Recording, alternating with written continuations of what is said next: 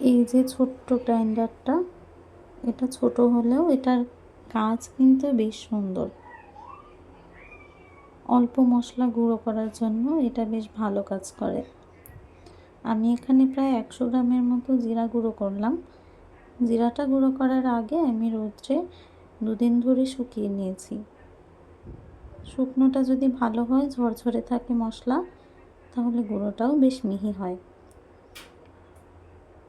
অল্প মশলা গ্রাইন্ডারে যদি গুঁড়ো করে রাখা হয়, পরবর্তীতে রান্নার কাজে সময়ও কম লাগে এবং ব্যবহার করতেও খুব সুবিধা হয়। এটা দেখতে ছোট হলেও দেখুন কাজটা কত সুন্দর, কত অল্প সময়ে জিরা গুঁড়ো করা হয়ে গেল।